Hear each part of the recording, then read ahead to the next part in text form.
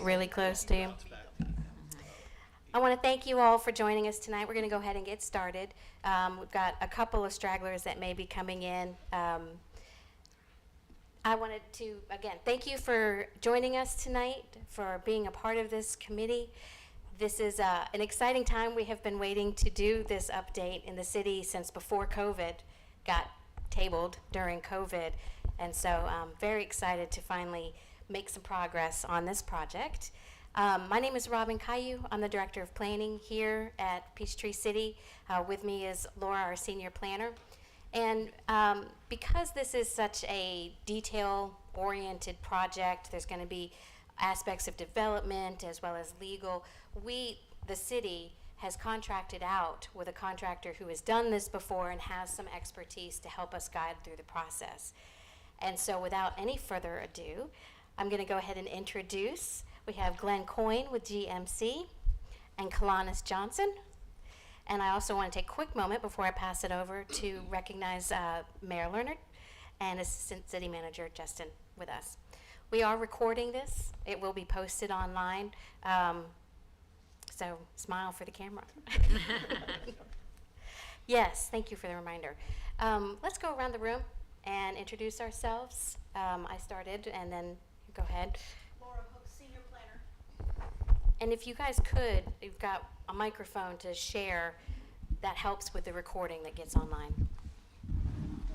They should be on. George Harrison, Peachtree City resident. Raymond Lyota, Peachtree City. And Mark Gellhart. I think we're all in Peachtree City, otherwise so. we wouldn't be on that. Yeah. Yes. Bill Bates, Peachtree City, Waterford Green Subdivision.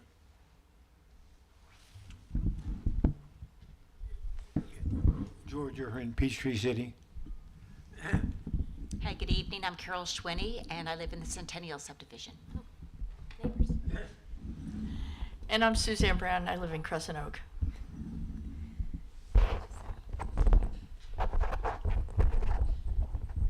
All right, again, I'll figure this out.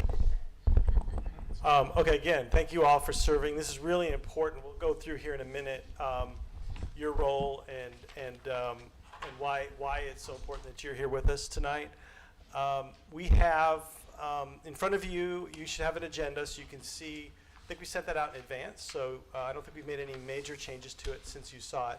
There's also a page underneath the agenda that is a worksheet that is similar to the poster that we have.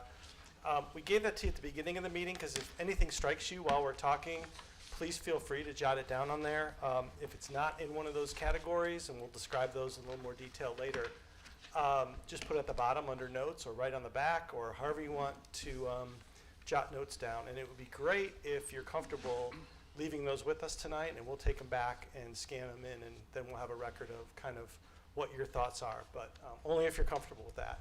So we're going to go through quickly some background about why we're doing this, what your purpose is, what the process we're going to go through, and the schedule, so you can see how we're going to progress through this. And then we're going to ask you to do a couple things for us. We are going to go live with an online survey in a couple of weeks, and we're going to hand that out to you later and have you review that for us. That's a take-home project, and we'll talk about that in a minute. And then also we're going to do a quick exercise using this sheet. So the more you fill out ahead, the faster the exercise will go at the end of the meeting. So feel free to write down what some of your issues might be. So with that brief introduction, I'm going to turn it over to Kalanis for a few minutes, and he's going to tell you a little about us and about the process. Thank you, Glenn. Good evening. For those that don't know, a little bit about GMC, Goodwin Mills and Kaywood. As you see, we are based in Birmingham, Alabama. Actually, Montgomery, Alabama, excuse me. We've been in Georgia approximately 12 years. Glenn started our planning practice here a couple years ago. Some of the people that will be working integrally with this project will be myself, Glenn, and Ed DiTomaso down in Savannah. Next slide. In terms of our co-development experience, to let you know a little bit about some of the previous clients that we've done this type of work with, as you see, Jekyll Island code revisions most recently.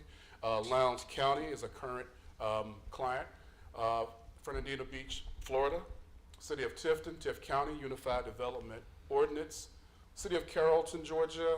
Fort Gillum Zoning District Ordinance. Fort Forest Park, Georgia, Lynn Haven Unified Development Code in Florida, and the Planned Commercial Zoning Ordinance in Farragut, Tennessee.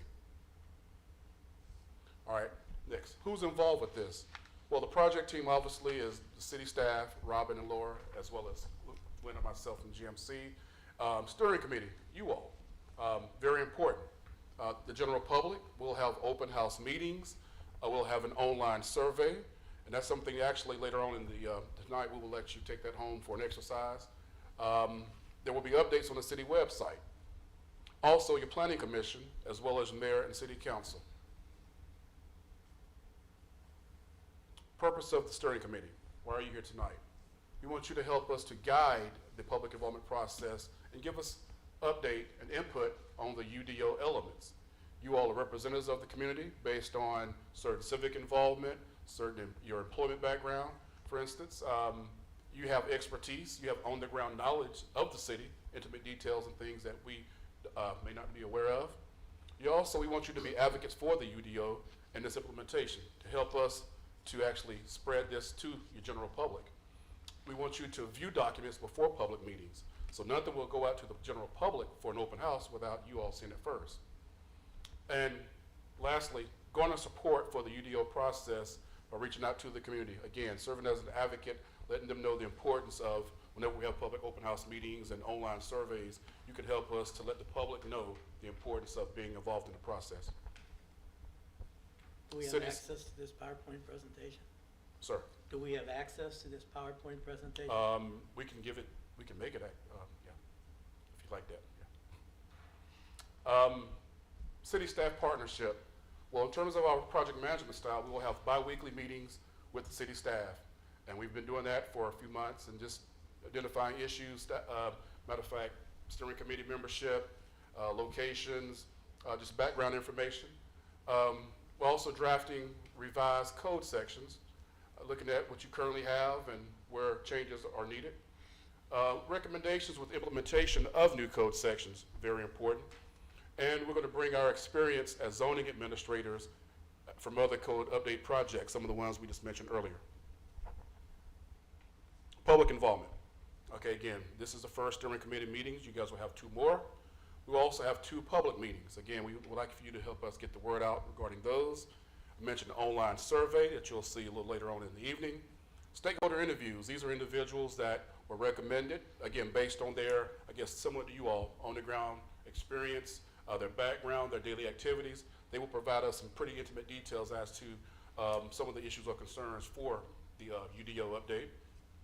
There are also, again, as I mentioned, project information on your city website, a landing page for various updates for the public, presentation to the Planning Commission, and again, presentation to Mayor and Council. Before this is adopted as final, we'll have another public hearing prior to adoption. All right, Glenn will come up again to talk a little more detail about the specifics of the code revision process. I do a better job on the handoff. Thanks, Kalanis. Again, we're going to walk through a couple things here. Feel free to interrupt or ask questions if we're going too quickly. But the main thing is, why does Peachtree City need a Unified Development Ordinance? And the main accomplishment here is it's going to combine the zoning ordinance with the land development regulations into one document, so to make it a little bit easier to use. It'll be a logical organization, and it'll be a little more user-friendly. So an example might be if a developer wants to come in and do something in the city, they've got to look at a bunch of different places and talk to these guys and figure out what the process is. Well, if we streamline this a little better, they might be able to get some things done before they have to come in to the office and have a better idea of what the code is asking them to do. And that's not unique to Peachtree City. Everybody has a zoning code that's been around for a long time, or a code that's gotten a little age on it. So it's a really good idea to go back and revisit it every couple of years. So that's what we're doing. We also gives us a chance to bring in some best practices. So we've got some other communities around here that you might be familiar with, neighbors that you know have done some things like this, or you've seen developments that you think are a good idea that you'd like to see repeated here, or things you've seen that you don't want to see here. we try to bring those best practices into the code. Another big thing that happens over time, it's nobody's fault, but as you amend the code and you add things, subtract things, there's conflicts that inherently work their way in. So we're going to try to find all of those and take those out so that those conflicts aren't there. Because if you get into a tricky zoning case or you know, God forbid, a zoning lawsuit, you really want to make sure you don't have your own code conflicting itself in that case. So that's one thing we want to really go through. There's always new court rulings and new state laws being passed that impact land development. So we're going to take a look at what those are. This last legislative session, there was a whole lot of things being kicked around that deal with housing, that deal with procedures. One of the things, this is getting out in the weeds, but they said if you have a variance application, it needs to be treated just like a rezoning application, and that's very different in Georgia than the history. So I think you're already doing that where you're advertising variances today, but some communities weren't doing that, so they have to change by July 1. So there's very common and frequent updates that we need to keep an eye on. Yes, sir. So are you gonna cross-reference our zoning codes with the state regulations? So there'll be an asterisk that tells you which regulation, because as we all know, state's gonna change. Each law cycle is gonna bring in Yep. new stuff, so instead of doing this every year, Right. so you're gonna cross-reference within our code? That's a great question, and we are. And at the beginning of the code, there are two ways to answer that. One, we don't really know what the changes might be year to year in the legislature. So you may have to do little tweaks, and that's one thing that the city attorney will be on the lookout for after we leave. But we'll try to get everything in there and highlight, hey, this refers back to OCGA, and then we give the code section. The other response to that is at the beginning, we reference all of the building codes and international building codes and fire codes and all those other standard codes. And we'll put the most recent ones in there now, but we'll say as updated. And then again, you should really look at that every few years to make sure that list is updated, because that changes. And there's other bodies outside of state government that change those. Those are international committees that do that. So great question, but yes, we'll have not only cross-references to the state law, but we'll have cross-references within the code to go look at sections within, so you don't have to repeat everything too many times. So the other thing too is you spend a lot of time on planning and your comprehensive plan here in the city, and the zoning code, Unified Development Ordinance is the best, quickest way to implement that comprehensive plan. So there's lots of recommendations in there, and we'll go back and take a look at those and see how the code can help bring those about. Some of these next slides are a little repetitive, but I just wanted to kind of give you an idea. Again, if we give this to you afterwards, you can read it in more detail later. But again, the whole idea here is to make it a little more user-friendly, both in its format and in its structure. So we'll try to have things named in a logical way, use regular English instead of buzzwords that people don't necessarily understand. There'll be a table of contents so people can find their way around. The thing there too is we have to be very careful to leave space for future updates. So we'll have some sections that'll say reserved. That way you don't have to upend the whole code if there's a major section you want to insert. So we'll have that feature. And then the last bullet I just talked about, frequent cross-references, so that you can go back and forth and say, hey, if you're doing this swimming pool, you need to also go look at this section of the code and make sure that people are sent where they need to go. Clarity, consistency, I already talked about plain English. Internal consistency, make sure we don't have the code conflicting itself. And then we also want to try to use charts, tables, graphs, drawings, anything we can do to tell a story of what we mean without having to have paragraph and paragraph of words. So that comes into play with architectural standards a lot, but also just telling somebody what a lot looks like and what a setback looks like, and just very user-friendly for folks who don't do this every day. So, a list of things that we are doing through this process. We are going to prepare an updated, well-organized code. As we just talked about, it'll have hopefully a lot easier to use than what you have now. We'll be bringing in those best practices that we talked about. Another big piece is administrative procedures. Things have changed a lot. A lot more things are electronic. Things are online. Business is conducted without using money. There's electronic funds transfer. So there's lots of administrative procedures that have changed. And not only just the technology, but state laws. I just mentioned there certain advertising requirements, certain public hearing requirements. So we make sure that we get that all cleaned up. We want to reflect new technology and new uses, security cameras, cell towers, you know, satellite dishes used to be a thing. I don't know if they're still that big of a thing, but you know, there's always something that's coming along with technology. We want to make sure that we figure out a way to make that fit, but then still make sure that we don't lose what's unique about Peachtree City. So we know there's lots of things that's wrapped up. We want to be very careful about. And then we have that sheet that we presented to you, and that's a list of key issues. We've been working with Robin and Laura already. We have a couple of pages of bullets of things that are already issues. We're going to hear more from you. We're going to hear more from the public. We're going to hear from the mayor and council. We're going to hear from the planning commission. So this list is going to evolve, but you're the first chance we've had to talk to real folks about what the issues are. So you're going to help us kind of augment the list we've started, and that's what we'll be working on. I think it's also important to let you know what we're not doing in this process. We are not changing the zoning map. We're not opening new areas of Peachtree City for development. We're not changing anybody's current or future land uses. That's a whole different process through the planning. But this is just rewriting the codes, organizing the existing codes you have, updating them as I talked about where it's relevant. So if somebody talks to you in the grocery store or on the street or in the golf cart path about, oh my gosh, they're going to open up whole new areas of Peachtree City through this code for new development, that's not what we're doing. So that would have to happen some other way. The last thing is we're not promoting any agenda. We are not saying you should have high density housing in every neighborhood. We're not saying that there's a certain political or ideological bent to this code at all.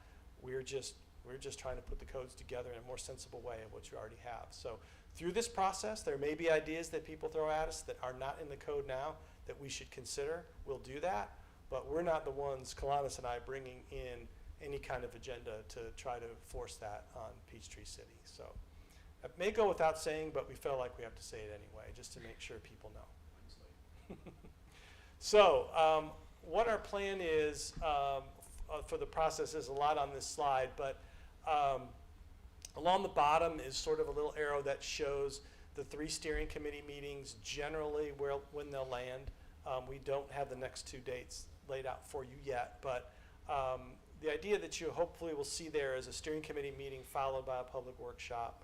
Then we come back to you again, have another public workshop, come back to you, and then have the public hearing that Kalanis mentioned at the end before adoption. So we'll be working. We've been doing our background work, as you can see, through March and into this month.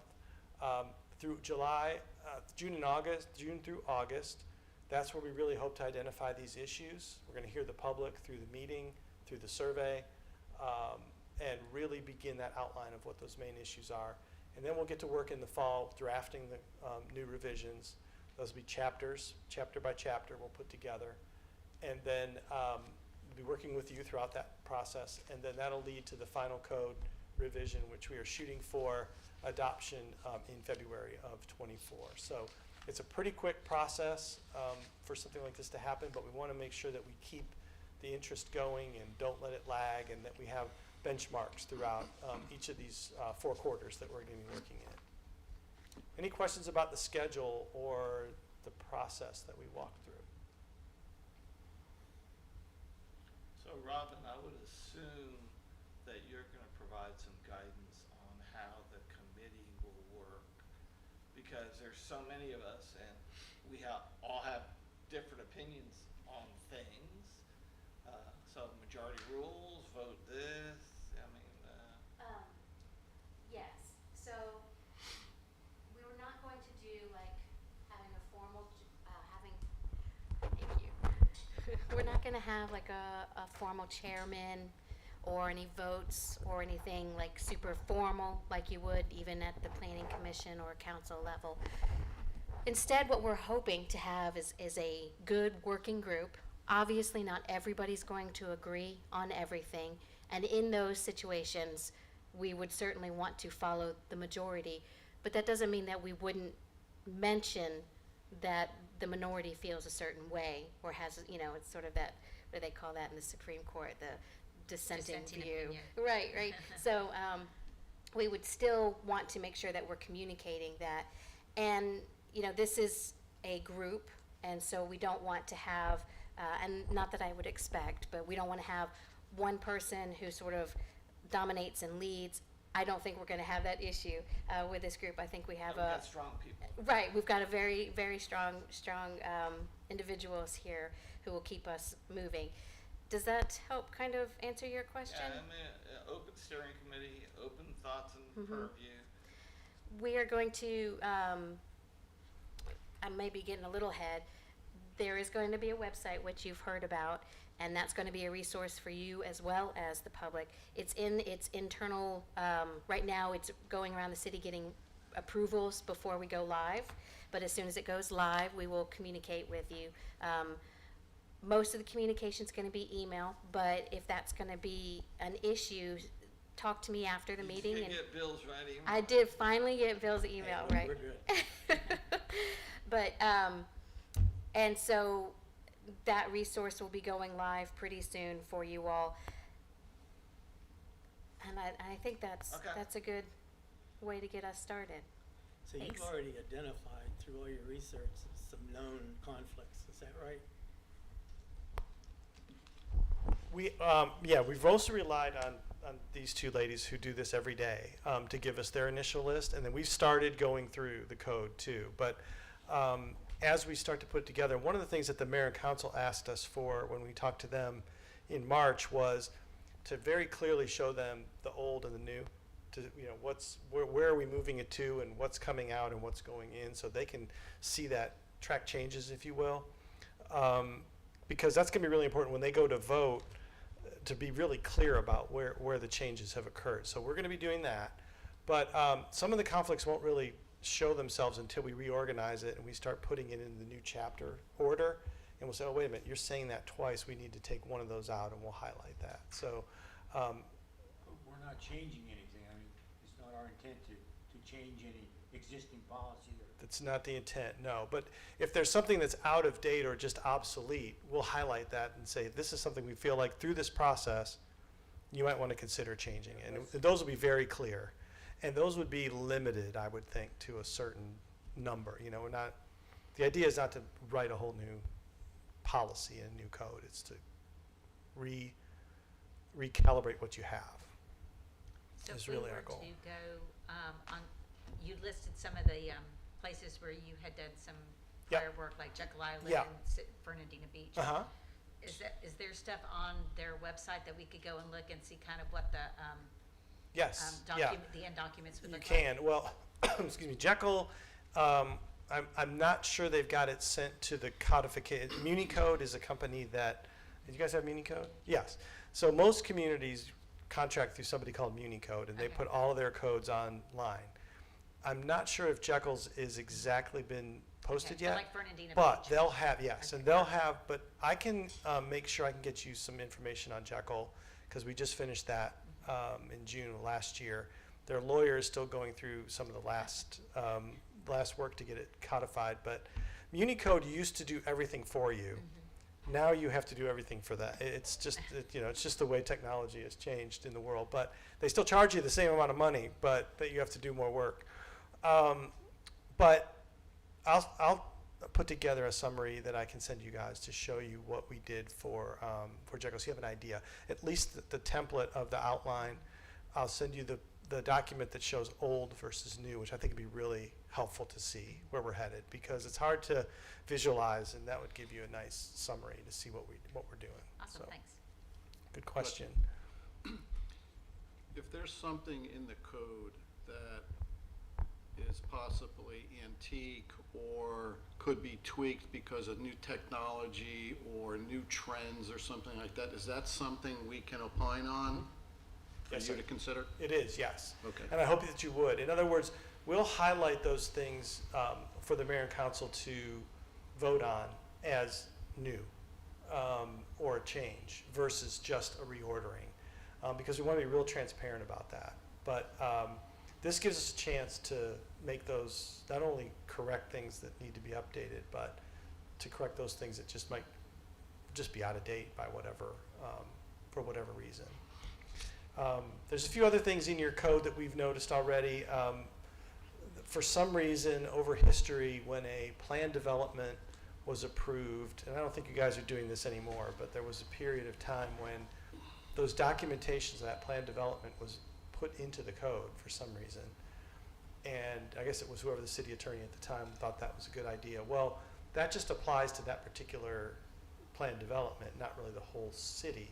So there's a chunk of that stuff that we're gonna wanna just take out, because we wanna keep a record of it, but I don't know that it belongs in the ordinance itself, if that makes sense. But we'll show you that when we get to that point. But there's a big part of the code that I think we can just move to a appendix to an archive. And you guys will use that. If somebody wants to edit or change that plan development, they still have to come through the process. But that's typically not shown in any of the codes that Columbus and I have seen. That was a surprise to us. So that's one big thing I know that will change. So one last quick question. No, So, take your time. if there are things that we recognize that, the city council needs to vote on, Yes. does that all have to be done at the end, or can that be done throughout the process so that you all can, work to finalize those documents? Throughout, for sure. Okay. And I think the one thing I want to add too about the question about this group, we're going to keep the notes from the meeting, and if there's a dissenting view, we want to take that forward. We want to let people know that, we had 7 people at the meeting, and 6 of them were pretty strong on that idea, but somebody really had this other thought, and we want to carry that forward. It might not get voted on, but we want to make sure we capture that. Same in the public. If we have a public meeting and we have some folks who have a view that's a little bit different than the majority, we want to document that and make sure that people know about that. So it could turn into something. It could make us go back and research something that we didn't think of. So I would encourage you all along to keep those ideas coming.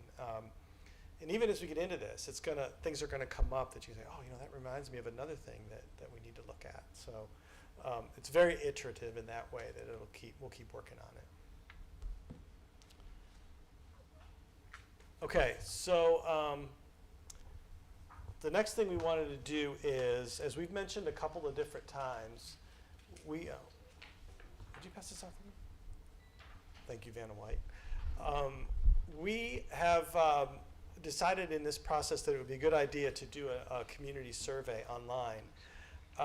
It's a little risky with a code project because a lot of people sitting at home don't really use the zoning code very often, or think about the development regulations very often, or even know what's in them. Robin and I've known Robin a long time, and we work together, and there's some people who they only come to see you one time in their life. They need to build a fence, or they need to do an addition on their house, and that's the only time they're going to really ever use the code. So you've got to be ready to help those people. Then there's developers that do this 5 times a day. So there's the whole range in between. So putting a survey out is a little difficult because we're trying to capture ideas on some pretty technical stuff. So we've made this draft that we've passed out to you tonight. and we're asking you to provide your comments back to Robin and Laura by Monday, the 15th, next Monday.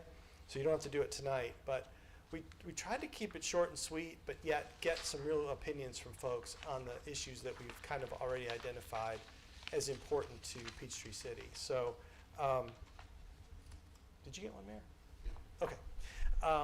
Yes, sir. I may have missed it quickly scanning on this, but you may want to indicate in your survey that it's not intention to change the existing ordinances. A little That's more gonna- strong in the introduction. Yeah, because I think that's going to send up a whole lot of flares that you don't really need. If you're just trying to say we're trying to organize what we have, Yeah. we're not trying to change anything, you might avoid a lot of confrontations that you don't really Okay. anticipate. That's a good point. A little bit more of a clear objective at the top.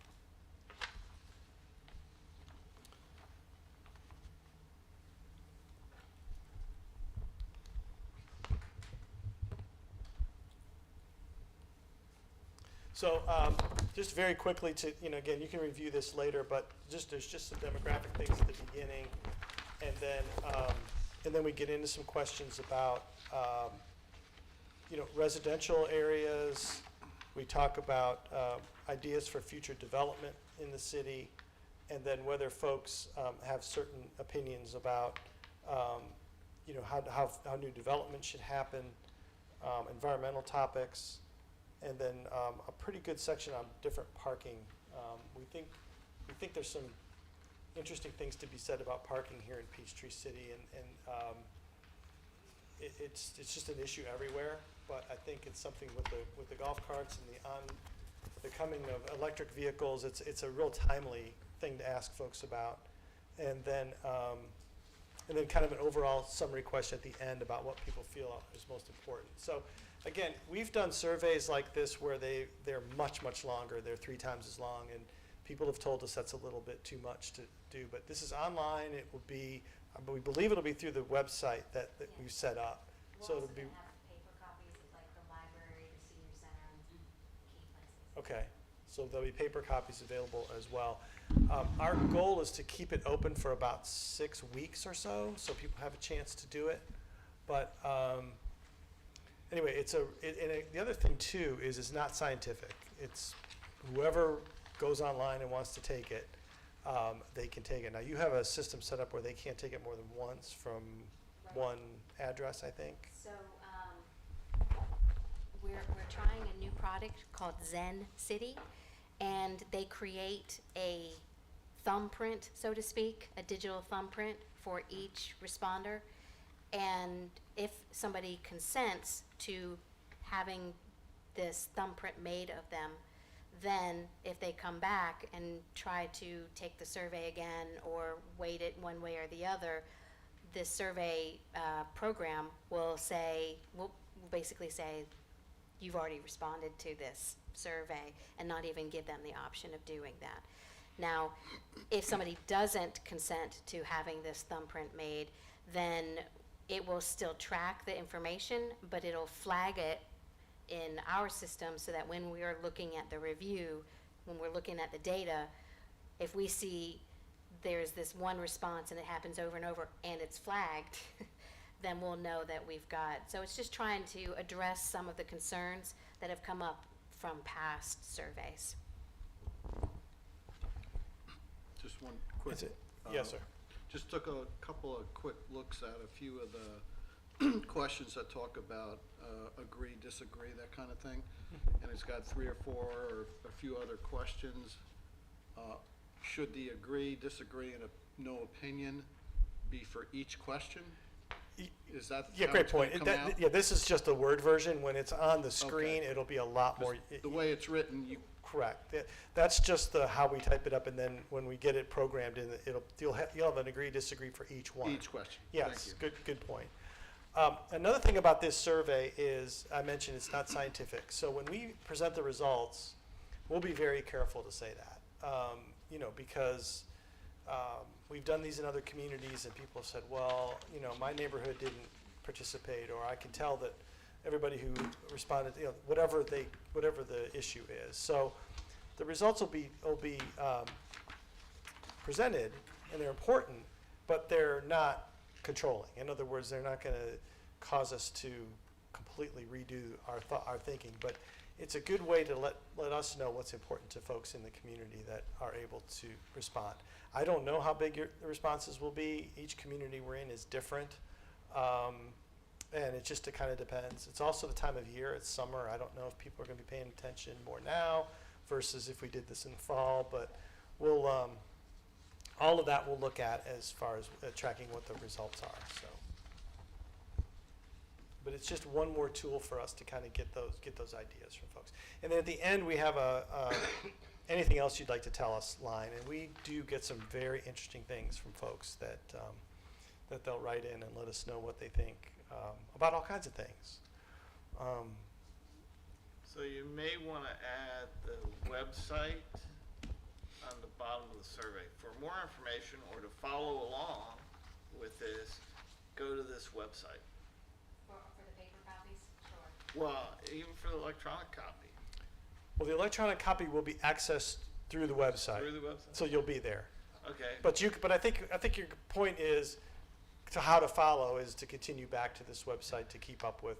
Because this is really, what you're doing is you're doing public relations with this survey. You're getting people say, hey, we gave you a chance to be involved. So, but. That and the public meetings as well, Yeah. yeah. Mhm. So is this gonna go out initially on like, the email that we get on Monday, or something similar to that, where whoever has subscribed is gonna get an email saying this is available? Yes. And, okay. Yes, so. I was gonna say, cause most people won't know to go to the Yeah, website to you guys are access doing the a real, survey. We've a got much better job. a Yeah. great PR team that Yeah. we're gonna be working with. Okay. And I don't know if that's their title, public information team, not public relations, but, and they will help us put this out on social media. Okay. We'll have, Put it the out on update Facebook, yeah. and, some other tool. That is not my area of expertise, and that is why I rely on them very much for that, and they will help us with that. Okay. And then you all, you know, we're going to, so once we get your comments back, this isn't gonna be the last time you see it. We'll send it back out to you again, saying, okay, we've made the comments we've made the revisions from your comments. One last sort of, look at it before it goes live. And then when it goes live, I'm gonna email you all with a link. And I hope you'll take it, but then I also hope you'll send it to your friends to take. So that was gonna be my next question. How much, I'm on a lot of different Facebook sites. You know, you got the bubble and inside the bubble, outside the bubble, all these, but that's a way for either the city or us, depending on how you want us to handle that communications. I want you to get it out in the network, into your personal network as best as you see fit. So, whether that's through social media or direct email or however you wanna feel is appropriate for talking to your folks. Okay. And everything we're talking about with this survey, I would echo for the public meetings. Once we have those dates assigned, we'll let you know that too, and we'd love to get the word out there too. All right, so before we talk to you specifically about topics, I'm gonna jump ahead for a second. I wanna make sure that in case somebody has to leave early or we don't forget to get to it, what the next steps in the process are. So we're kind of talking about that a little bit now. The four of us and our team is going to be we're going to be continuing our work. We're identifying the issues. We're starting to put together that table of contents best we can. We're leaving space for changes. We know things are going to come in, but we're continuing our work. We mentioned the survey. We hope to go live maybe before late May, but we're if you guys get us comments back by the 15th, we make any edits next week, we can get that out hopefully the following week. So leave that open through mid-June, maybe end of June, we'll see. But that'll be very clear on there as to what the dates are. Public workshop, we don't have that date, as I mentioned, scheduled yet, but that will happen before we get together with you again. So we will get that date, we'll get it on the calendar and publicize it to you and all the other public information that we just talked about. And then next time we meet with you, we're aiming for a late July or early August. We'll just have to see how the calendar rolls. But we will, if this time and day of the week works well, we'll look for a similar day, late July, early August, to get it back together with you as a steering committee. So, How do you want the comments back on the survey information? can we send them the Word file? That'd be the easiest thing to do. Is just we'll send you the Word file and you can just mark it up. Or if you just want to send an email with, hey, question 6, I think you need to do this, or question 9, do Just this to Robin. to Robin. Yeah. Yes, please. Okay, now, if I can go back, it'll be a miracle. Okay, good. Okay, so any questions about so far the process, the schedule? Yes, sir. Not to be redundant, but That's okay. how quick can we get this? I mean, you covered a lot of stuff, Yes. and aside from writing notes and stuff, how quick can we get that? Can you give that to her and have her email it out? She to has us? it. I have it, Yeah. so I can email it out to you guys tonight. And then again, once that website is there, there's a section at the bottom right-hand corner that says, supporting documents. And it'll be one of the supporting documents listed there. So if you lose your email, you can always go to that website and find it there. Thank you. That's a great question. Okay, so anything else? Any other questions? Because what we're going to do now is turn to a discussion amongst us about some of the topics. Yes, sir. Do you have any idea how many documents are involved that are out there right now, existing? When I say documents, these various rules, regulations, zoning? Yeah, I mean, you can go look right now through the city website Yeah. to go to Municode, and it's something called the zoning ordinance and something called the land development regulations. So it's two big chunks. Are there hundreds? Of pages, yeah. Oh, yeah. There's two documents, but each one is, I think, my book is about this. yeah, it's a lot. It's a lot. It's a lot. So you probably don't want to print it out. But to look at it, to get an idea, it might be helpful because, you know, yours is good. I mean, we've been to some communities and haven't touched it since like the 60s or 70s. So you're nowhere near like that. But so it's not a scary thing, but it's a very, very lengthy document. So I hope that we can streamline it a little bit and make it a little bit shorter. But so those are the two main documents, are the zoning ordinance and land development regulations. And those are two chapters within the code. But you're also going to see stuff in there about traffic and parking and other things that don't relate to zoning, all the other city ordinances that the city has.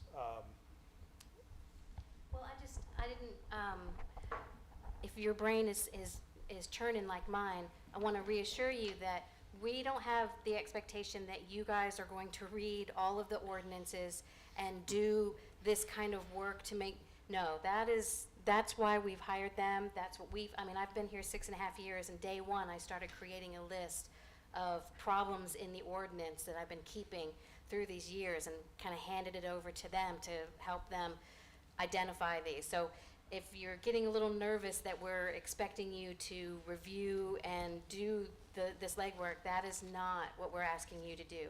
We're asking you a little bit higher level to help make sure that those key issues, those trends, you know, I have brought up parking because we've seen, even in the last 3 years since COVID, just the change in parking demands from different, you know, we don't, those are those kind of higher level questions that we're gonna ask you. Okay, we've identified it, but have you? Is it, and if so, what do you think about it? And that'll help us guide the actual writing the language and that kind of thing.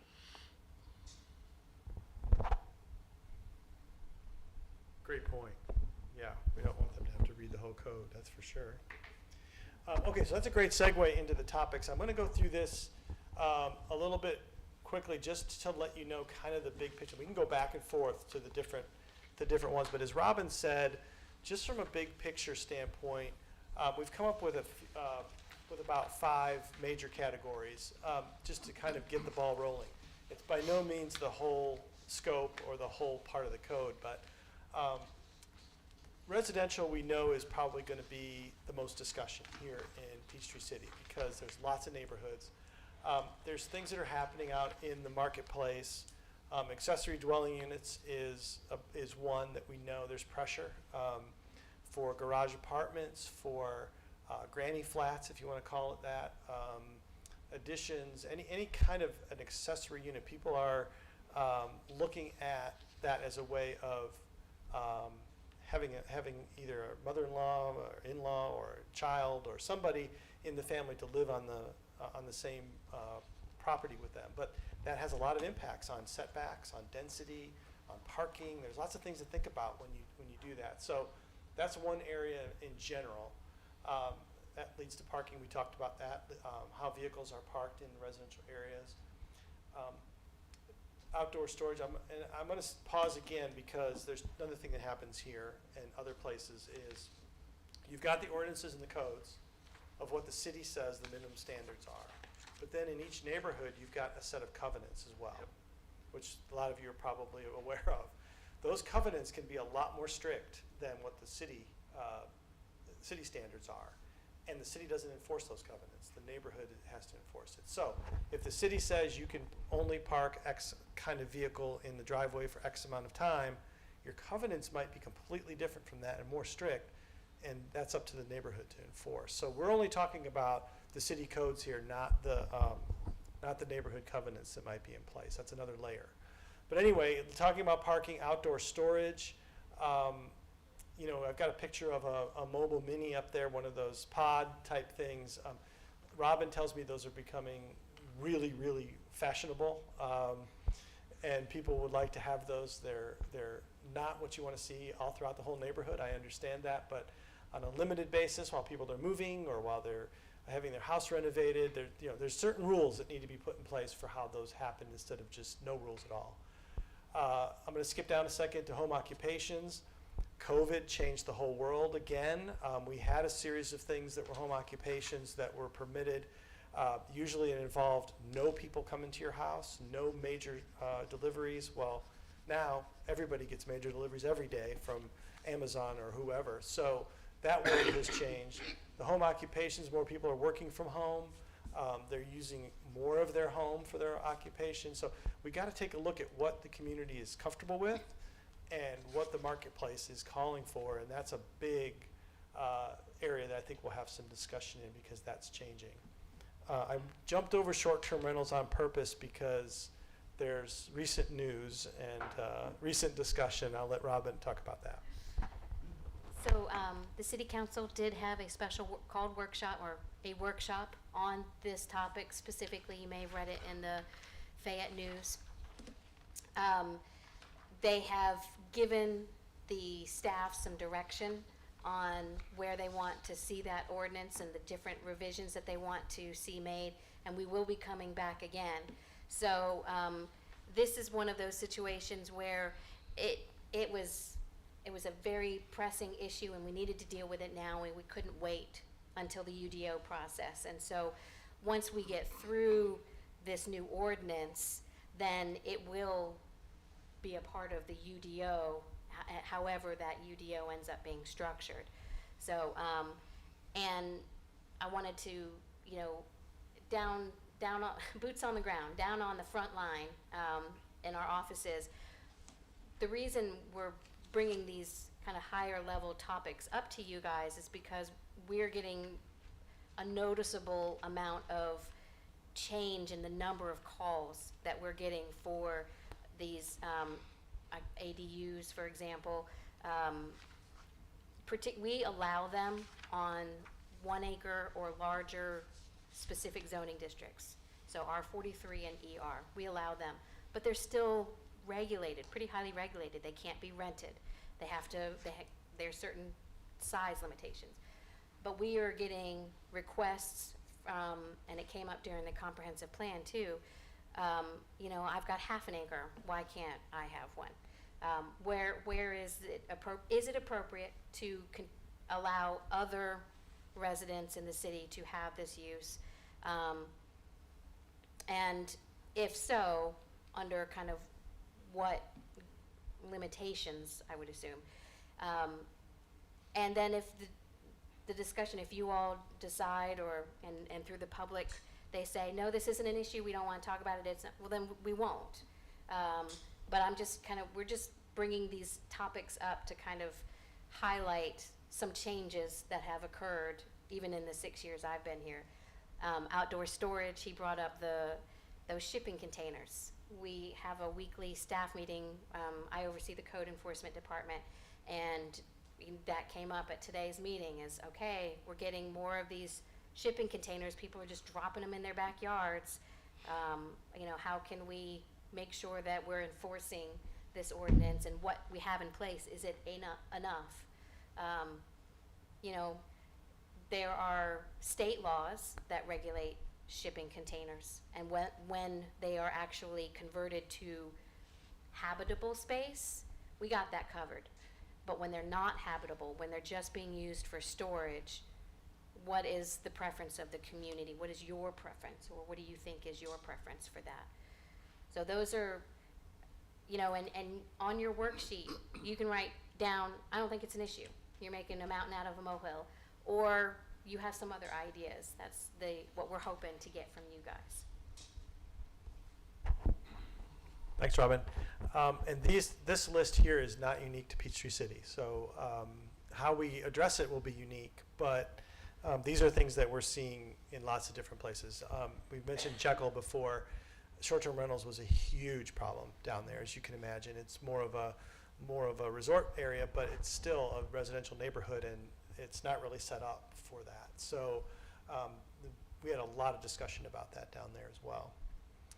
We'll come back to each of these topics. I want to kind of get through them while we have a minute. But so the next one after residential is commercial, office, and industrial. You've got very designated, very specific areas here in Peachtree City that have pretty good rules on them for how those design guidelines work. Mixed use, walkable development are two words that we're seeing more and more throughout the planning world, and people like to be able to get to places without having to get in their car. And so how residential areas interact with commercial areas and how those things work together is something that we'll look at. I don't know that we'll be changing much in here, but it is something we have some best practices we'll bring to the table and talk about.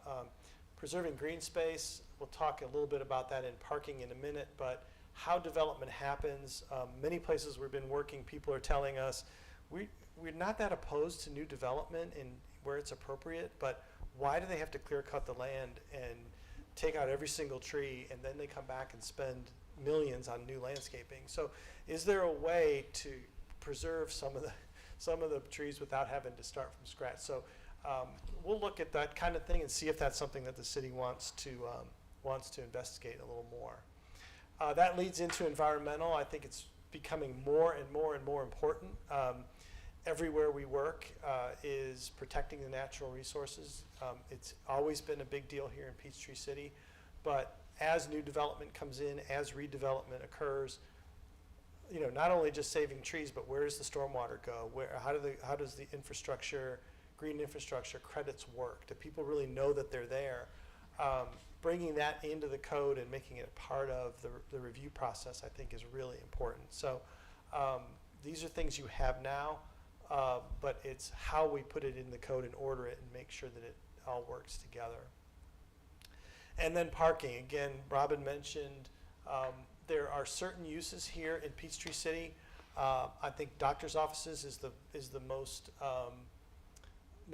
glaring example recently of how that business has changed. For some reason, doctors and dentists are churning people in as fast as they can. It used to be you'd park, you'd be in there for an hour waiting, you'd be in there for an hour and it'd be slower, but now it's 15 minutes and you're out. So they need more parking because more people are coming there faster. And we don't want to pave everything and make everything parking, but we have to talk about that. How do those uses that we used to think we knew how the parking worked change, and what does that mean in the code? Golf carts, I don't need to talk about that very much. You know that's an issue here. Is there enough? Should there be more? Should it be addressed differently, or are we okay with the rules we have? Electric vehicles, that's something I'm pretty sure you don't have very much in your code at all because it's brand new. I'm sorry, I'm in the way. It's only going to grow. It's only going to be more of an issue, and who uses it? How long do they use it? Do you put it by the front door? Or do you put it a little bit different? You know, I personally don't think all the electric vehicle charging needs to be where the handicap spaces are in the front. It can be away from, some people park it there all day. That can be farther away from the front door. So we'll talk about those type of things and what's appropriate for Peachtree City. And then, you know, landscaping, stormwater, we've talked about, and then lighting. It's a really, really big deal how parking lots are lit and what the impact that has on the neighbors, and we need to give some thought to that. And as you can imagine, I keep going back to Jekyll. That was a huge issue down there with the turtles and all the other things you got to think about with lighting. So lots of good ideas we can bring from other places. So, and then finally, the administrative things. This is something, unless, like I said, you do this often, you probably don't have a whole lot of awareness about how this works. But this is everything from the process of applying and the procedures and how the timelines work for approvals, and then switching from paper to digital, and then how the meetings and public hearings happen. Some of this is set up by state law. Some of it you have some flexibility. So we'll make sure that that's all consistent with best practices as to how that happens. But this really is more of a cleanup where we're going to put all of the administrative stuff in one place so that somebody doesn't have to hunt and peck whichever section of the code they're in, to figure out what their dates are. We're gonna have that all in one place, and that's really gonna help these guys day to day with administering the code. So it's just a lot easier and to save a few phone calls, we hope. So again, those are the 5 general issues, and that matches what's on your sheet. We just kind of wanted to put out there what we've been thinking about at the initial start of this. I'll go back to residential. But, you know, we can discuss some of your thoughts now. If you've got them jotted down, we can collect them and we can go home. But, I mean, if there's some things you want to talk about, Kalani's might jot down some of the big ones, and we can go around and everybody give one. Might be a way to get the ball rolling. And if there's something that's not on this list and you thought of it, let us know and we'll add it. So, I want to start right here with you. Can I go last? I was gonna say, yeah, start over there. Oh, they're already negotiating. Okay. George? Yeah, could you go back to your charter slide, about slide number 2 in your deck? All the way to the beginning? Yeah, all the way to the beginning. I'll try.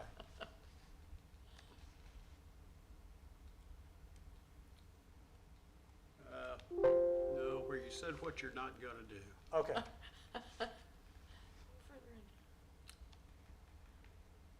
Yeah, you just passed it. What we're not going to do. Yeah.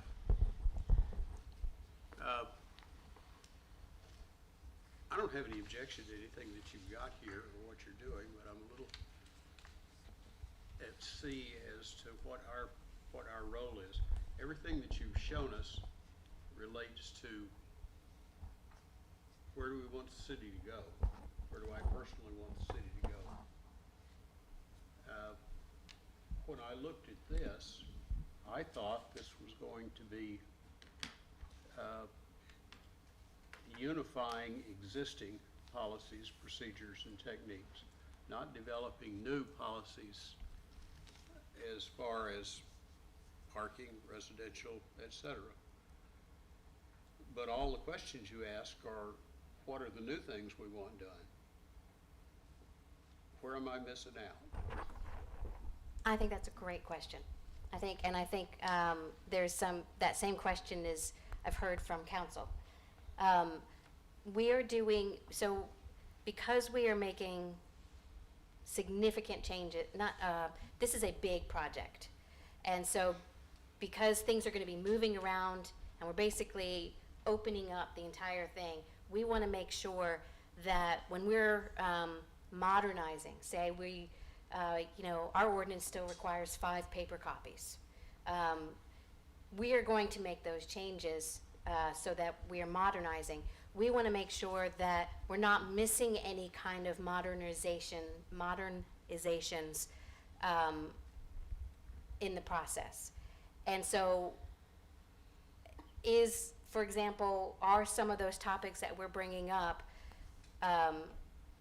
things have changed. Your staff has noticed things have changed pretty recently. Is this an opportunity for us to modernize those standards? If you don't want to, and that's fine. We're just bringing these up to start the conversation, not necessarily to tell you what is important. We're just here kind of like your troops, reporting what we're seeing. You all tell us if, no, you know what, that's okay that you're seeing it, but we don't want to make any changes, or we don't want to do those changes as part of this process. That's fine too. I think we just want to make sure that as we're modernizing and updating this code, that we're not missing any opportunities to modernize and update our development standards. But we don't have the authority to do that. Not as a body, but you are guiding us, and as it goes through this process, the people who do have the authority to do that will be hearing these conversations and So this will thinking be it a over. Footnote, a recommendation, or Sorry? this will be a footnote or a recommendation in this process? Yes. And if we get to the end of this process and there are those changes that are new and not just organizational changes. Those 5 folks and the planning commission as part of a recommending body, they will all have a chance to talk about it and listen to the public. This is all part of the process. And if they decide that they don't want to make those changes, even if it's a recommendation, they are the ones who make that decision. So it's a iterative process that we build through these kind of jumbled conversations. Well, I'm still a little uncomfortable with what our charter is, given what you got up here and the way you opened up the presentation. What you're doing as you unify this, as you develop this Unified Development Ordinance, you're working with about, it's that thick, about 2,000 pages of material. As you put that together, and as you listen to people about things that they want to see modernized, I guess, is the non-pejorative term you used, the things you want to see modernized, there's room for a lot of mischief in that process. Y'all need to keep our noses clean then. Help Well, us. there Now, is some- I and use that's the why we term- want to be I use the term fully mischief, transparent. But I don't necessarily mean evil mischief. I mean, there's an opportunity to put things in there that are the pet rocks of various folks. And it will not be transparent. You can't make a 2,000-page transparent document. I just, So again, I'm You wanna hand that to backing me? off trying to figure out what our role is. What are we, am I the only one confused? No. So, If we're unifying, but at the same time, the public questionnaire, the handout to us Right. is what do you want to see changed? I'm lost.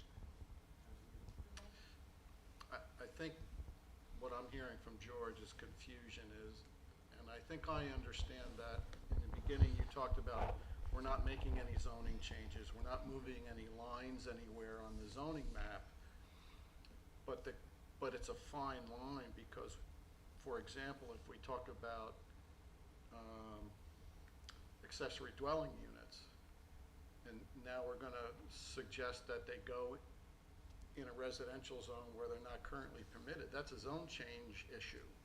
That's a zoning amendment type issue, and that's, I think, where there can be some problem for the recommendations. But I guess it's okay for us as a committee to just throw the recommendations out there. It's not really for us to, we're not gonna act on them, we're not gonna decide on them, but it's for the governing body to really decide, is that something worth considering? That's what I'm hearing. No, yes. Okay, so mixed use, accessory dwellings, short-term rentals, and tiny houses, etc. To me, that's all like fingernails on the chalkboard. Mhm. All of those issues are not currently clearly outlined with regard to some of the changes that I think some people may want. So that really is redoing ordinances as opposed to rewriting the code to organize the existing ordinances. And I think that that's where you're going. And I think that that's where every one of us is having just this little, there's a difference between organizing the current code and removing duplications and things that are not in compliance with current state law. I'm all about that. I'm not necessarily about the whole idea, oh, you're gonna send out a survey and try to incorporate all these other ordinance changes at the same time. The process that we have to do those ordinance changes, which we're going through with the short-term rental issue, there was a workshop, I'm sure there's gonna be public hearings, et cetera, there's gonna be other things. That's a really long drawn-out process as opposed to trying to do it to get this incorporated in this. So I kind of think it's two different functions. You're looking at trying to simplify things, and I understand the reason for why you would want to do that. If we could get these ordinances written and accepted, then we can incorporate them into this process. I don't know that you're gonna be able to do all of that for all of these other, like I said, mixed use, accessory dwelling, short-term rent, and that's just the ones I just quickly wrote down. Including, the pods in the backyard as an alternate shed, which is ridiculous. But I think it's two different processes, so. Anybody else? Well, it's a really helpful discussion. I think our intent is not to come in here and change the code. That's not what we're proposing. What we've brought before you are the issues that we have heard that are happening anyway. While we're digging into the code, the idea was, are there things that we know about now or things we can anticipate being an issue that we can address while we're doing this process? As far as transparency goes, any change that is being recommended, we will have a separate enumerated document that says, change number 1, recommended. Where did it come from? Well, it came from best practice that we've learned in other communities, and it seems to be working, and the steering committee thought it was a good idea, and the public seemed like it was, and we're advancing this as a recommendation. That's number 1. Number 2, recommendation to change. Where is this coming from? Well, the state law that's in effect July 1 of 2024 says we have to do this. This is where this is coming from. This is a change. We would be very, very clear about where those changes occur. We have to. It has to be a public hearing, has to be advertised, has to go through the process you just talked about for any change. So the idea was, while you're opening up and doing this consolidation of the zoning and the land development regulations, are there things that either aren't working or need to be addressed? As Robin said, if we go through the process and we hear, no, this is an issue that we don't want to have permitted in certain zoning districts, it won't be in there. We're not going to recommend that. But I think it's important for us to have the conversation up front while we're going through this process. Are there issues that we need to address while we're at it? There's lots of things we didn't mention tonight that could also come into play. Signage, noise. I mean, there's all kinds of things that are wrapped up in this ordinance that we didn't even talk about, that I dare say there could be some improvements that lots of people would support. I mean, you're enumerating a few that Right. you're clearly not in support of any kind of change. But I'm afraid that if we don't address it and put what we want in there, somebody's going to be able to come around the back side of it and do things we don't want them to do anyway if we don't get the codes written the right way. Mayor. Isn't it true also, I kind of like the way Suzanne put that, because she's right, some of these issues are in and of themselves a big topic, 2 Sure. workshops and a council meeting, and certainly this important process will stop short of certain ordinance changes that have to go through council. Yes. Yeah, All of them, yes. Yeah, there's some pretty volatile issues. Yes, and Certainly. maybe that's what our recommendation is, or isn't, is we're not going to do it now, but we know it's an issue. You need to keep this on your radar. Well, I think if we said that up front, there wouldn't be all this confusion. And, you know, Because I had clear in my mind that we're not changing anything. We're just consolidating, making it easier, a document that's much user-friendly. then I would say, why would we have a steering committee? That was my question. Good question. Because then it's just a clerical process. You all may be surprised. I'm gonna get off of ADUs because I totally recognize that is, and to be honest, there's a state law requirement that if we were to do that, we have to do all kinds of other different public hearings and everything. So let's put a pin in that one and just, but did you know in our ordinance, we do not have any discussion about golf cart parking? We are the number 2 golf cart community in the world, and we don't require golf cart parking. So I think that would surprise people, and it has certainly been a challenge for us to get it in place because we don't have an ordinance that says that a developer has to do it. But So that's those, a change. and that's a not change. But that's not an editing of what we already have. Exactly. And so I would be surprised if this community, I don't ever want to speak for the community, but my experience shows that this community supports golf cart infrastructure, and golf cart parking is part of that. And I think that they would support some type of golf cart parking ordinance regulation to help us get more of it out there. And so, yes, that's change. That is not an organizational thing. And so those are the kinds of things, you know, that as we go through this process that we've brought up, but maybe there's something out there that you all have questions about that we haven't thought about, that you're like, why, the one that he brought up, why do we clear cut the land and allow them to completely take down every tree and then replant one tree per lot? Well, because our ordinance is very generic.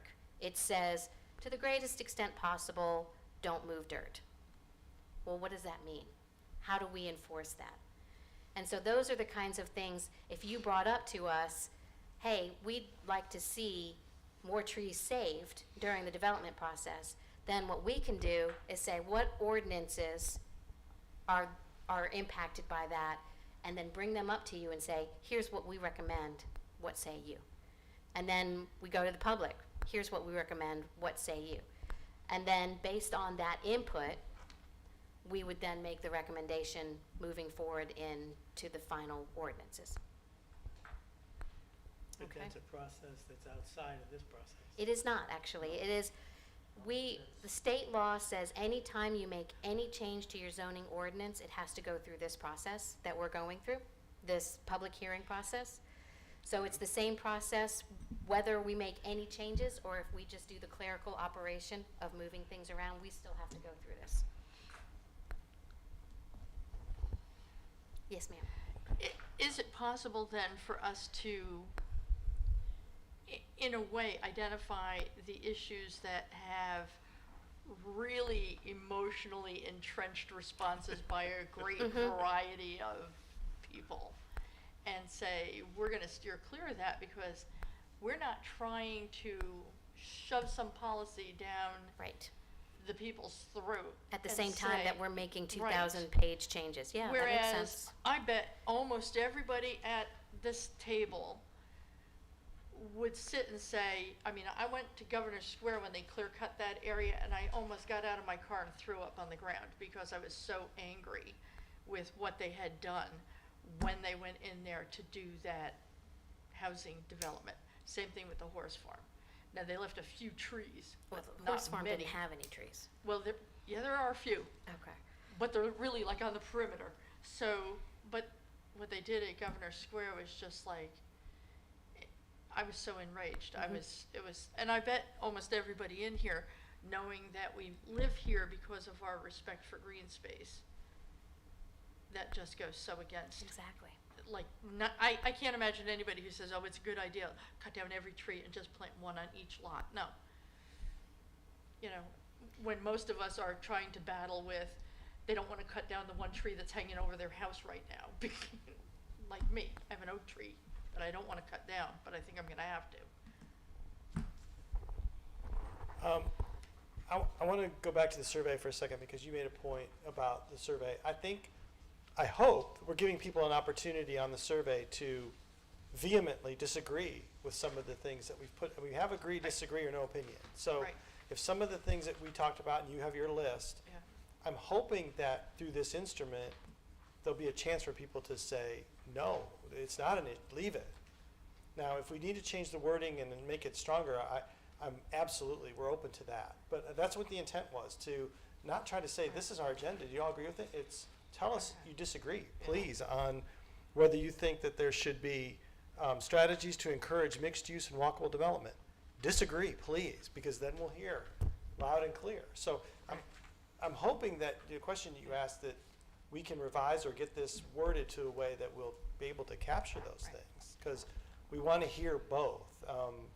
At least that was the intent anyway. If we miss the mark, let us know how we can strengthen that. So that's important. I apologize for the confusion about not the change. I mean, we did, I think when we go to the public, one thing that you helped me to realize is when we talked here about why do you need a UDO, there's a few things on here that talk about, this is the place where I think we could do a little better job of highlighting that, hey, you know what? There might be some topics that we're going to bring forward that would be changes to the code. You know, we say at the bottom, help them implement recommendations from the comp plan. A lot of the things we're talking about were probably talked about in your comp plan, but how do you go from that process to law? So, you know, the discussion that we're having here is really helpful to me because in my mind, you know, there are a few things that we're going to bring forward as recommendations. They might not all get approved. I hate to keep going back to Jekyll, but we went to them and there were things that we heard that we proposed and they said, no, we're not ready for that. And it came out. It didn't go through. There were other things that we brought forward that said, you know, we never thought of that. Thank you. Let's put that in place. So it's a process that we hope you'll be able to help us walk through. And the intent is not for us to bring all these things and say, these are the things you need to do right now, but rather these are the things we've identified as potential issues. Are they? Yes, no. Okay, if yes, how do we address it? If no, put it aside. I have another comment, and it's good that the mayor is here. With us having a municipal election already scheduled for November, there may be certain things that we could put on the ballot as a question. Not binding, I don't know but about as a that law. question. Yeah, I'll have to get with our city clerk. I am not knowledgeable about what we can put on ballots or not put on ballots, but I will certainly ask. I think it's pretty much. You can It do is, but- you know more than I do. Well, there are non-binding ballot issues that go on various election formats. You know, sometimes it's just like in a primary. Uh-huh. It's not binding. But you can certainly, for the thousands of people who vote in that election, you can get Something, information. an opinion of the voting public. Mhm.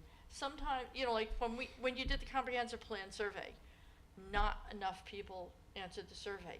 How do you take, you know, less than 1,000 people's responses and say, okay, you 33,000 residents of Peachtree City are going to have to live with this because these few hundred said they thought it was a good idea. No, that's not really fair when you have 33,000 and you only have a small representative sample. So if you put it on a ballot, unlike a lot of municipalities, Peachtree City shows up to vote, you know, in a higher number than any other municipality in our county. So That's an option. it's I think possible. I think for this group, our role will be to identify those issues that we don't want to address and we do want to address. And for those that we're not going to address through this, but have come up through the discussion and through the survey responses and whatever, there still needs to be some type of recommendation from this body that says, here are the topics that we know we didn't address in this ordinance, and you, city council, may want to consider a way Right. to start having these conversations. And the only reason why I'm suggesting it is like in 2021, when the mayor was elected, in that November election, there were over 15,000 votes cast in our municipal election. That's a pretty high number. So, as compared to less than 1,000, so. I think your comment about explaining, you know, why do we need the UDO modified? I think that's important because even if we just look at design standard issues, you know, those are aesthetic and nuisance type things that affect people, particularly neighbors. So that's really important for them to understand what is happening. Loud and clear, I hear that. Is there anything that we did put on the table that you all think we need to be thinking about? Okay, chickens in residential areas? Yeah. Of course. Okay. Anything else other than chicken? Going once? No, we really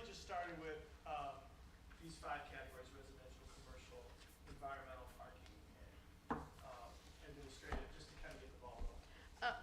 With regard to the parking, and I know Robin and I have talked about it, and it came up, you know, it comes up regularly when there's site plans that go in front of the planning commission.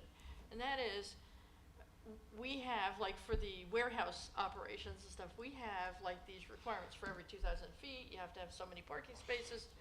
And we just had the one warehouse, it's a huge warehouse, huge parking, big loading, you know, I mean, it takes up right up to the setback areas on almost every border of the lot, including, you know, the retention pond that has to be there. And it's all under asphalt, and I've brought it up to Rob, and we've talked about it, that, you know, isn't there some more pervious, you know, instead of putting asphalt down on the entire 7-acre parcel, can't we have some way to let the water drain through and not all end up in the retention pond?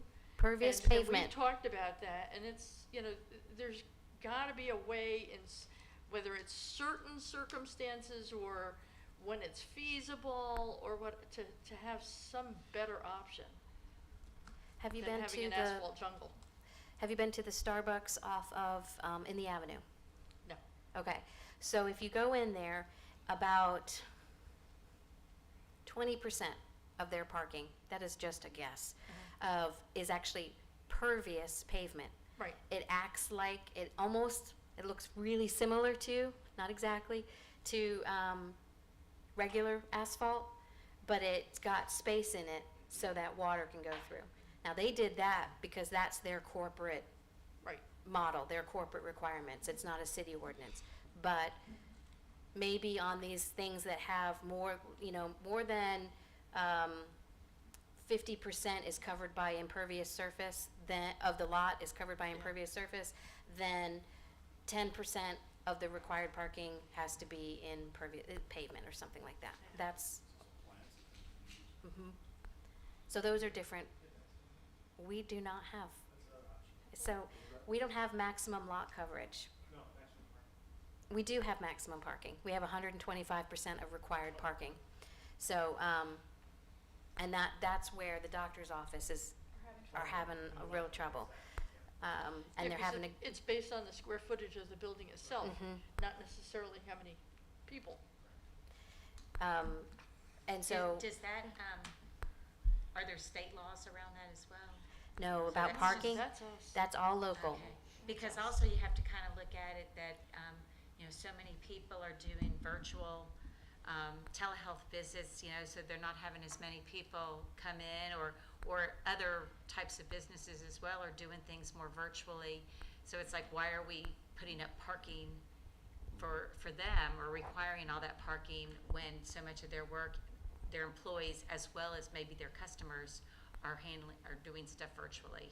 Do we have doctor's offices that come back and say, I need more parking? Every single one of them. Okay, see, those are the things that we are not hearing about. And we're having to that- figure it out, and frankly, some of them are just so over the top, we have to go for variances. But we're also not in the business of loading up every agenda with a variance. I mean, if we can work within the ordinance to get what they need, we would like to. But sometimes that requires us to be really creative, and I would much rather it not be for us to be that creative, if that makes sense. I'd much rather have an ordinance that allows for the realities of that particular development. You mentioned maximum lot coverage. So you may see in there a question, if I'm not mistaken, it's been about a week since I've looked at it, sorry, about tear downs in residential neighborhoods. Some communities and some neighborhoods in our community are starting to see this, where an older home is torn down or added onto, so much so that they have maxed out their lot coverage. And then they're coming back in for variances because they want to put a patio cover over their patio. So some communities have addressed this, whether or not you want to encourage it or not. Some of them say, if they don't want to encourage it, they say, we have a maximum number of square footage that you can only double the square footage of the existing house. You can't quadruple it.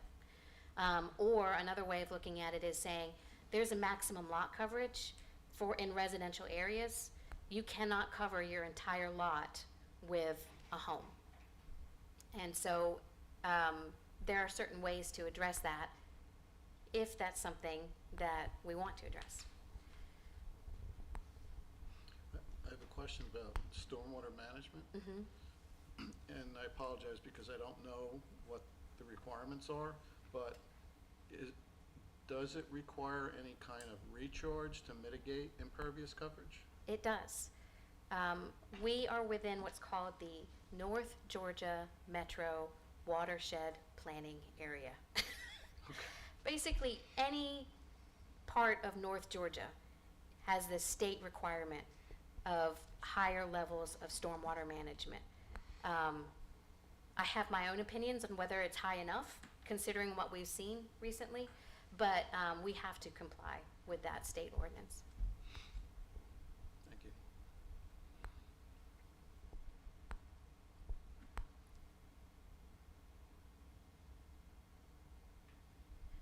Do you all have any ideas as you've been driving around? You've seen some of the industrial projects that have happened. I'm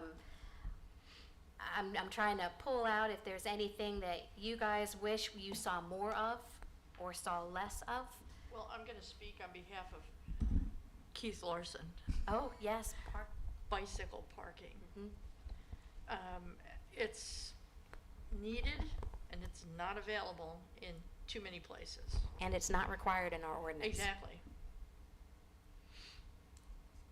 I mean, Walmart just did an entire rebuild thing, and you can now plug in your electric car there, but you can't park your bicycle. So, Okay.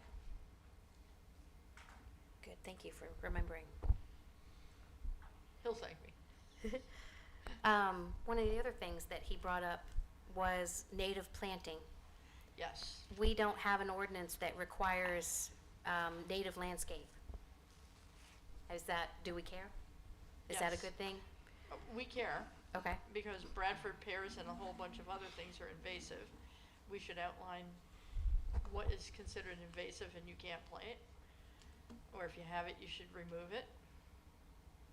Should, not have to, but you know. And then have a really good comprehensive alternative list. Yep, Okay. we don't have any, Yeah, we don't. we don't have any list And of, we have a lot of native, landscape places around that we could probably get a lot of good lists from.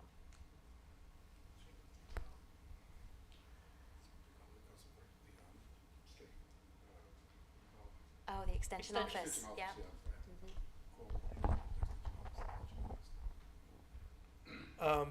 Before we let you guys go, I want to make sure we're okay with our baseline, what we're doing and what we're not doing question. I didn't want to just explain it away, but I just want to make sure we're okay with how any recommended changes will be discussed and brought forward based on your question, George, and then another discussion that we had. There is a transparency question. I think it's really important that what we say we're going to do, we're going to actually do. So as we go to the public and as we put the survey out, I think it's been very helpful to have this discussion, and I want you guys to be comfortable with that, or at least talk about it some more until we get comfortable with it, that of what we're really trying to do here and what we're not trying to do here. So I don't want to let that go before we break up. So any further comments you have after tonight, you can send them to us and let us know if you thought about it some more. But as we tried to explain, as we look at the whole code, this is an opportunity to update it, to freshen it, to bring things that we want to see brought in, but not introduce a whole bunch of things that are not appropriate for Peachtree City. So just some of the things we've just been talking about, there's support for. There's some things there won't be support for. So I think it's going to be really important for us to be clear about when we bring this forward, there are all these pages, nobody's going to read through all of them, but here are the highlights and here are the things that we've recommended for change, and here is a whole list of things that aren't recommended for change, they're just reordered. and to be very, very clear about that. So that's our intent. I should have explained it better at the beginning, but I just want to make sure we're all okay with that going forward. Any questions you guys have? We live in this world, so we understand it. We don't, I can't imagine, like, if there's questions there and you're like, what does that even mean? Please ask us, because clearly we know what it means, but the average person won't. And so, please, there are no stupid questions, no stupid comments. We actually need those. Robin, would it be okay if we, like, send this Please. back with, our comments on the survey as well on Monday if we have any thoughts? Absolutely. Or things? Okay. Yeah, take some time to noodle on it. I mean, we're really in an environment where people distrust Yes. all forms of government Yep. at all levels.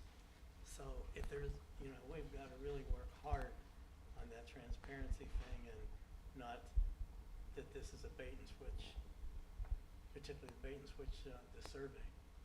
And I don't pretend to have the words in my head, but somehow we just need to really be crystal clear on that. Because these are definitely challenging questions. You know, as soon as you say something about, you know, having rental properties and things like that, I mean, it's, you have a little trouble keeping the discussion objective. If I may, I think that's why you're here. You know, that this isn't coming from the five of us. This needs to be citizen-driven. And that's why there are 10 of you. And, you know, it improves my level of confidence that maybe our citizens will have better faith and trust in the ideas and suggestions that come from this group. That's why I think this group is so important. Very good. So, Robin, you're going to, there's a bunch of stuff going out to this group from you. Okay. The presentation, I have written down. Sorry. I have. Oh, you want to do it? No, please. Because if I don't write it down, I won't remember. So I will be emailing this UD PowerPoint. I'm going to email it as a PDF. That'll make it easier to you all. And then you're also going to be shortly in the next, I hope, next few days, get an email to the website so that you can get comfortable with that email link to the website. I wrote down that a summary of work from Jekyll. You're going to be sending that out. And then you all are going to be giving us your comments and questions about the survey as well as these. You're gonna send it to us in Word document. Oh, yes, that was at the bottom of that. Yeah, okay. Yeah, so I'm going to send both of those things out to you. and then you can send this to Word document.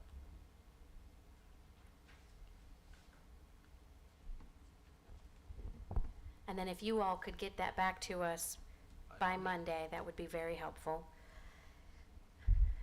Were we ready to set the next meeting? You know me, I'm the planner. But if we're not there yet, He said end of July, early August. I would hope the end of July versus the beginning of August. there's only one mayor and council meeting in July they've decided. Yes. Okay. Does Tuesday night work for everybody? Not always. Not always. We Not have, my favorite night. What, so this room is occupied Monday and Thursday nights. Wednesday. Wednesdays are good. Wednesday's good for me. No opinion. Wednesday night, no opinion, no opinion. Thursdays are, I don't know. Wednesdays are better than Tuesdays. Okay. Well, then we'll shoot for Wednesday nights for this group from now on. How about Wednesday, the 26th of July? Last Wednesday of July. Not in July. It's in June. Thank goodness, yeah. You don't want me to go, that's why.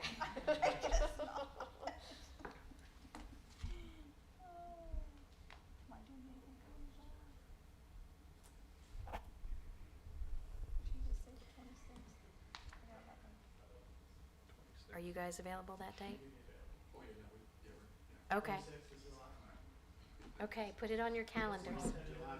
Wednesday, 26th. 26th. Wednesday, the 26th of July.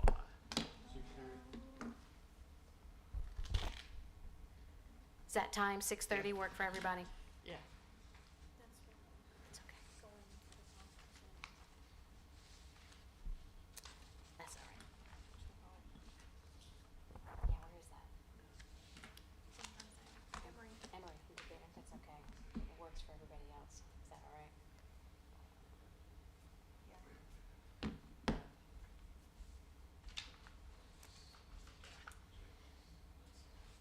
Okay, everybody. Yeah, we'll record it. Again, we are here, my email, well, you all have my email because you received everything. So good. So you know how to, get in touch with me, please. I'm always available. I want to be available. I want your questions.